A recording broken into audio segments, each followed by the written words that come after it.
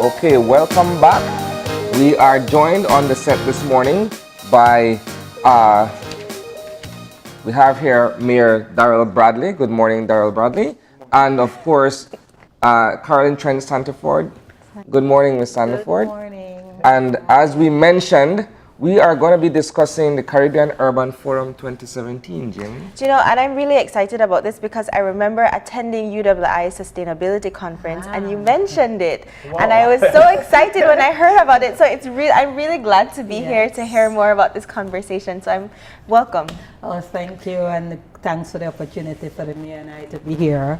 Sure. Let's start talking about CUF7 because one of the very reasons why we're here is to bring some awareness of what CUF7 is all about. Yeah. It's an annual event, and what it does is it brings together within the Caribbean mayors, Mayor Bradley, of course, and his colleagues, municipal managers, academia, policymakers, and so donors, and so on and so forth, to address some of the key challenges and issues that are occurring within the urban sector within the Caribbean, as a Caribbean people we can share experiences, best practices, and how we chart the way forward.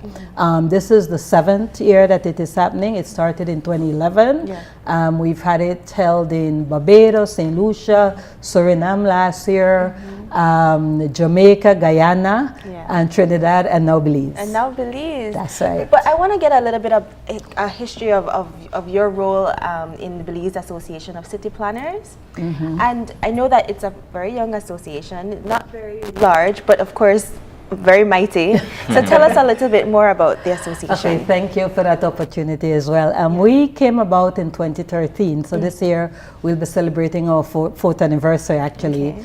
But we came about particularly because we see a trajectory for Belize, and we felt that Belize was growing, it was developing, but it was developing in an unplanned and in a haphazard way.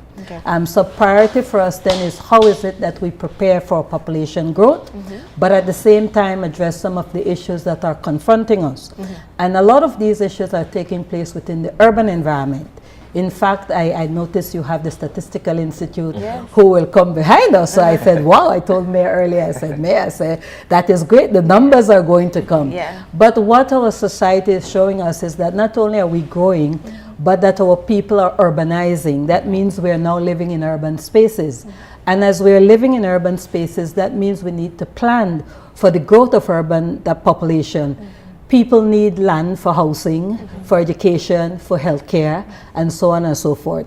And so as an association, we felt we wanted to be a champion and an advocate for inclusive communities, so bringing about safe communities, resilient communities, and of course, sustainable communities. We found in a kinship with our mayor, Mayor Darrel Bradley, and we thank him so very much because he has listened to us from the association, and he has also been attending the Caribbean Urban Forum, and he perhaps can give some thoughts on his experiences there. But it is that kinship then that led us to when 2017 came around, and we were asked to host it because the forum is hosted by the National Planning Association. And so if you noted, it started even before Belize became a National Planning Association. And so when our association started to attend CUF, and of course the mayor was also attending and members of the city council, and 2017 came, we felt that it would have been a great opportunity for us to team up to co-host the forum along with our regional partners, but as well to use it as an opportunity to say to us within Belize, we need to start addressing our urban development challenges. Yes, there are some issues that continue to plague us. If you look at the global environment, you're going to see, for example, the Paris Agreement that came about, and why that came about, because the whole issues of climate change and the adverse impacts of climate change.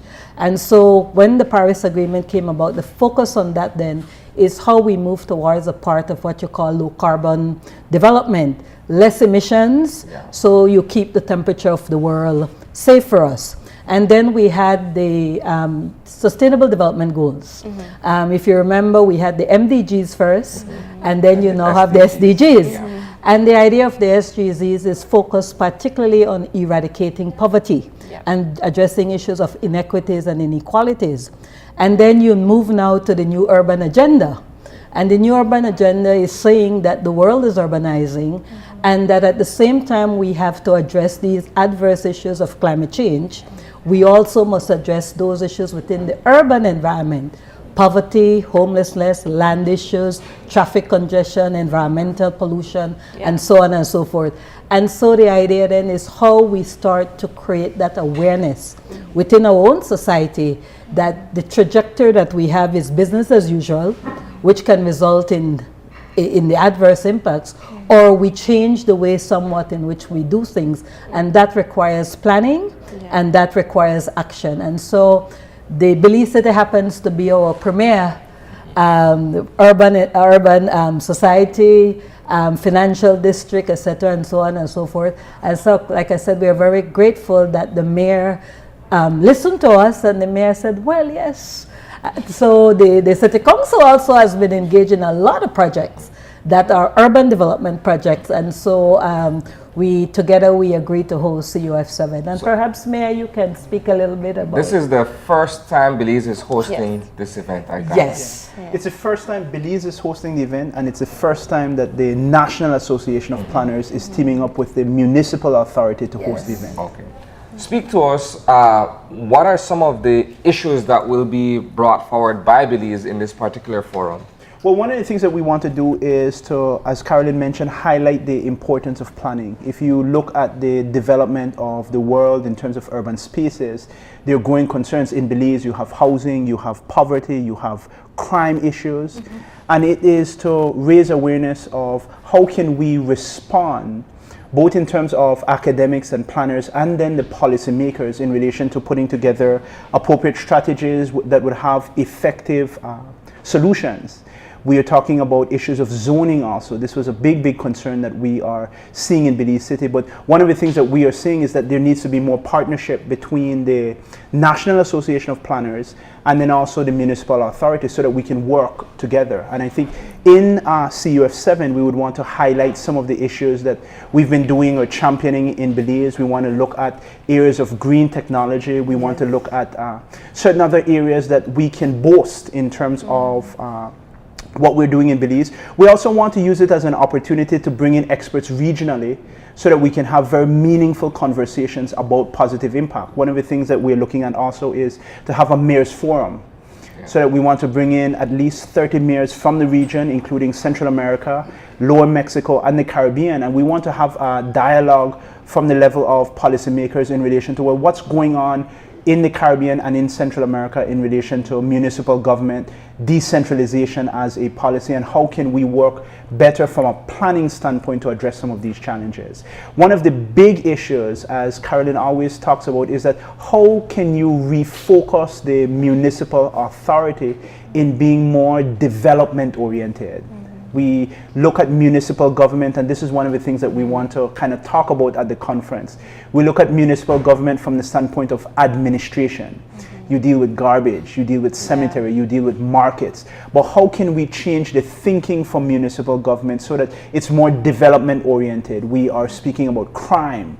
We're speaking about poverty and housing conditions. How can we have an attitude that is transformative and an attitude that works in collaboration with the technical experts to see how we can address these problems? And I think a lot of these issues will be highlighted at the conference. And I think it's really important that you brought that up because a huge component of urban planning involves, of course, the people who live in the areas. And I think it'd be quite challenging to transform that kind of mentality of, well, this is what I'm used to. This, my yard, the way I take care of my yard, the way I dispose of my garbage, the way that I use energy. In terms of the human aspect of it, the population itself, how do you incorporate them into the entire picture? Excellent point. And I like when you said planning is for people. Because as planners, we organize space. But space cannot be organized without looking at the needs and aspirations of people. And the new trajectory for planning is actually participatory planning. Because people have to become involved and engaged in what happens within their communities and what happens within their municipalities, and in general what happens within their country. But there are certain challenges that we have. One of the things the mayor and I were discussing earlier, for example, is how do we shift our legislation within the urban environment so that the legislation focuses on urban management as against urban administration. And within that process, you then become a more results-oriented administration, that you start looking at what are the needs and aspirations of the people within your municipality. And in doing that, then it has to be very consultative and very participatory. And so you need to include people. So we have to find a better mechanism. It is not that people are not included at this point, but it is how we get them more engaged. And particularly when you're now moving towards addressing issues like climate change, how we understand that our behavior, our culture, the way we do things may have to shift a bit. If we're going to be looking at the adverse impacts of climate change, then how do we move towards, as we say, a more low carbon development pathway? That requires looking at sustainable buildings. That requires looking at more green agroecology. That involves reassessing how we do our transportation and mobility. But it also creates opportunities. It creates opportunities, for example, for green financing, green taxation. It creates opportunities for transforming vacant communities that have vacant lots into thriving neighborhoods that are more mixed use. It may require shifting away somewhat from the traditional concept of the one lot, one house, to more vertical buildings with public spaces for people to walk to work, and so on and so forth. So all of that has to be a conversation, and I think that is where the public participation comes in. I take it that this is based on a long-term plan. From a practical standpoint, is this too futuristic for us as Belizeans as to where we are at the moment? No, because when you talk about urban planning, these are issues that our society faces now. Already. When we talk about crime, when we talk about poverty and housing, when we talk about the developments in beyond Lake Independence and so forth. So with sanitation issues, these are things that we are facing now, and these conversations have to be put in place immediately. One of the things that will happen if we don't deal with it immediately is that the city will continue to develop in a very haphazard way, in a very unplanned way, and we will not maximize our opportunities for really getting targeted results. I think that one of the things we can say in relation to the municipality is that we have adopted a orientation about engagement. If we do zoning, if we do particular types of actions. But even in relation to our consultation, it tends to be very limited. One of the things that I opened my eyes was our engagement with the American Planning Association. When they came here and they did a development plan and a strategy for the area by Yarborough, 90% of it was consultation. They wanted to meet with young people, they wanted to meet with businesses in the area, they wanted to meet with governmental authorities that we worked with, and when they engaged, it was very meaningful in terms of the area. And one of the things that you're talking about planning, but you're talking about planning from the aspect of the community and making it sustainable because the community owns it. Yes, for sure. And speaking of targeted results, I know that Ms. Carolyn, you talked about the fact that you both have been attending the forum for quite a bit. Can you speak, Mayor, about your experiences at the forum? Talk about the dimensions of the forum and how it's going to bring forth these results that we're hoping for, and hopefully tie into what is already being fostered here in Belize. Well, the conference itself will be a series of presentations on various projects, various issues that face us in Belize and regionally. There has been a call for papers so that people will submit, they're submitting abstracts in relation to certain topical areas that they would want to raise. Of course, the local planning committee, together with the national planning committee, they have identified a series of topical areas that we would want to be raised at the conference. But essentially my experience in terms of the conferences that I've gone before, the last conference was held in Paramaribo in Suriname, And it was an opportunity for them to highlight some of the issues that were going on in Suriname. They deal a lot with climate change and with flooding and community development. It's a very spread out community, so that there was an opportunity for them to highlight some of those issues. As well, they brought in a lot of experts who can look at the experience of Suriname and give their own voice and conversation to it. So that it's a good opportunity for managers, for policymakers, for academics, and for planners to get together to have very meaningful conversations. Of course, the conference itself is not necessarily a solution to our urban planning challenges, but it raises awareness. One of the things that Carolyn was highlighting also is the aspect of, we don't want this conference to come to Belize and the people of Belize City not to benefit in some part from it. So that we're looking also of having a public forum.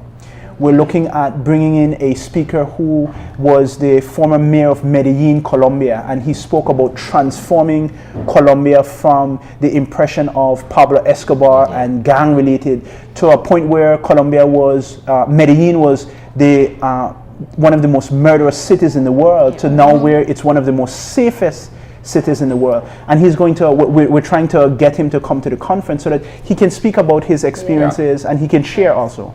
And that goes to the point that you were saying, that is it all visionary? Planning does three key things. One, it is visionary because whatever we do today impacts on what happens tomorrow. And so we try to think in 15 and 20-year increments. So that's one. The second thing that planning does, it's regulatory, in that it sets in place guidelines as to how communities ought to develop. Land use issues, building heights, parking, community space, and so on and so forth. But the third thing it does is to identify specific strategic projects. And one of the things that always comes out of consultation, going back to your point, is that sometimes it's a little thing.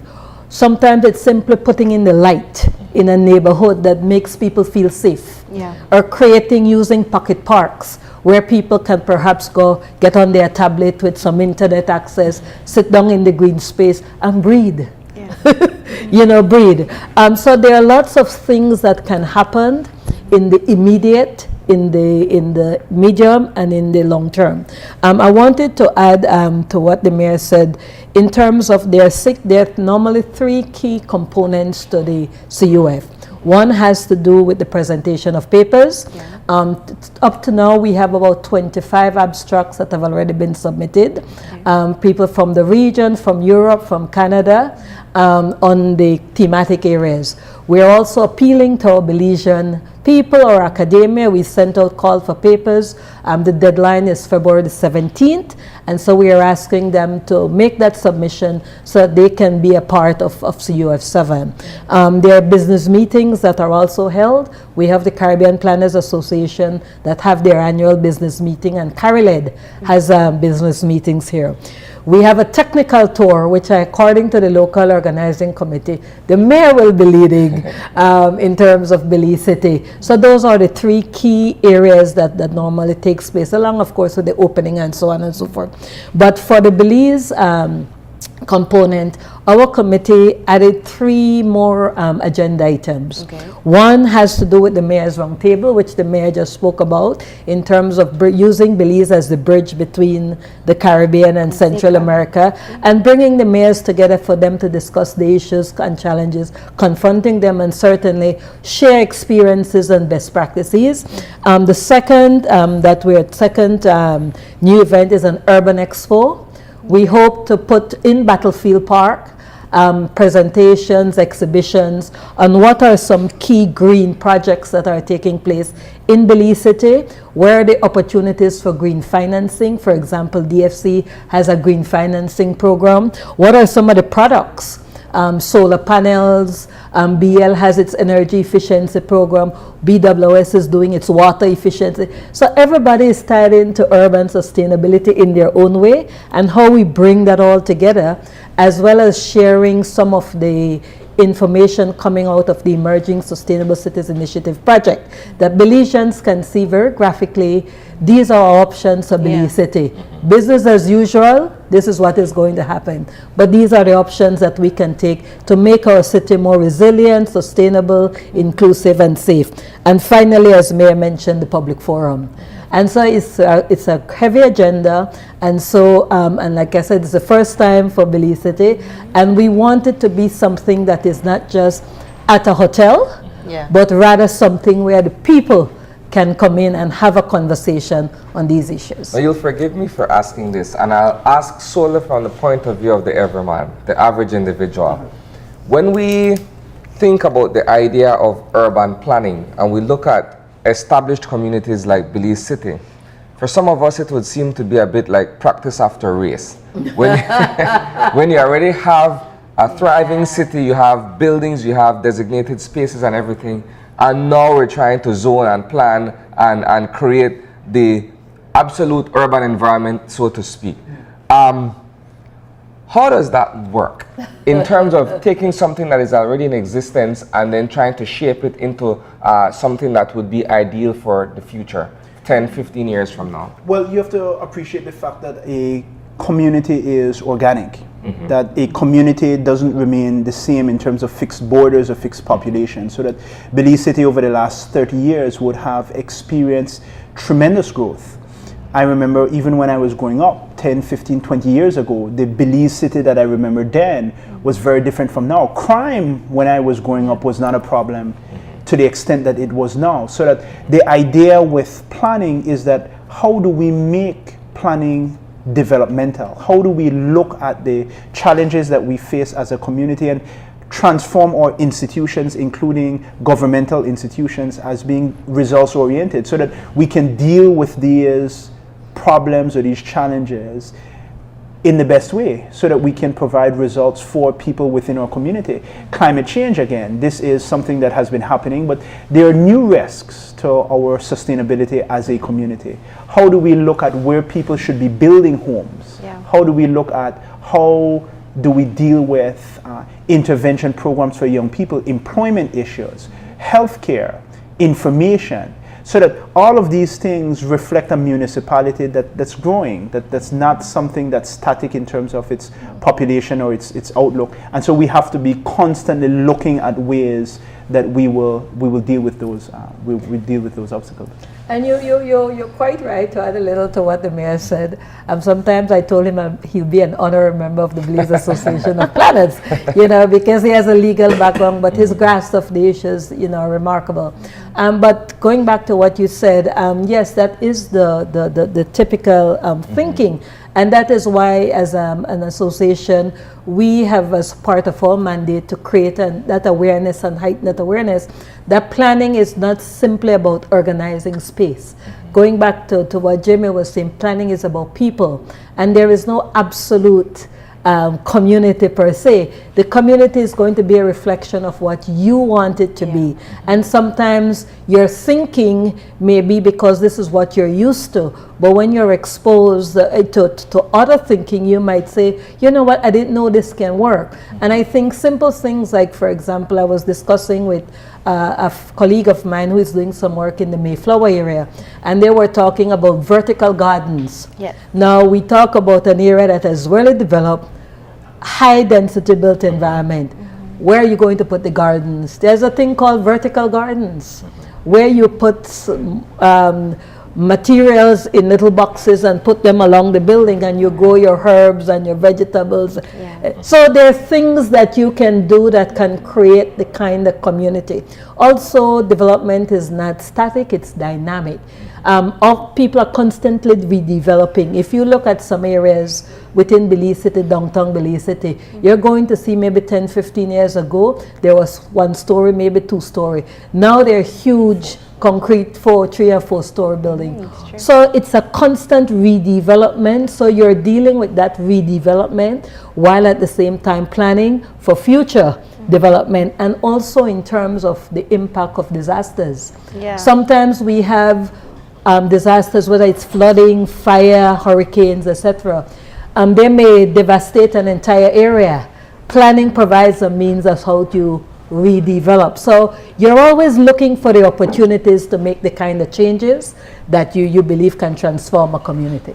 Well, we're quickly running out of time, but before we do, I'd like the public to find out a little bit more about the Belize Association of Planners, about the conference, when it's taking place, who can be involved, and of course the organizations that you'd want to reach out to make an impact in the conference here. Thank you very much. I want to do a reminder as we leave. First of all, that the deadline for submissions for the abstracts, February the 17th. We've reached out and we are reaching out to government agencies, non-government agencies, donor agency, private sector agency, anyone or any organization that is engaged operating within the urban space, whether it's in an economic capacity, a social, an environmental, governmental, and so on and so forth. They can always visit us at belizeplanners.org, www.belizeplanners.org. At our Facebook, we do have a Facebook page. So you just have to look up the Belize Association of Planners. The Mayor Belize has a Facebook page as well, so they can always tag on to that, or Blue Space Caribbean, and continue to get updates as to the forum, as we engage the speakers, as the abstracts are being approved, etc., and so on and so forth. Okay, sounds good. Well, we want to thank you both for being here, to giving us very valuable information, and hopefully the public, you have been enlightened as it relates to sustainable development, proper urban planning, and become involved in the Belize Association of Planners. Thank you so much, Ms. Sanford and Mayor. Thank you. We are going to take a really quick break and come back to have a conversation with representatives from the Statistical Institute of Belize to talk to us about the 2016 figures. So stay tuned.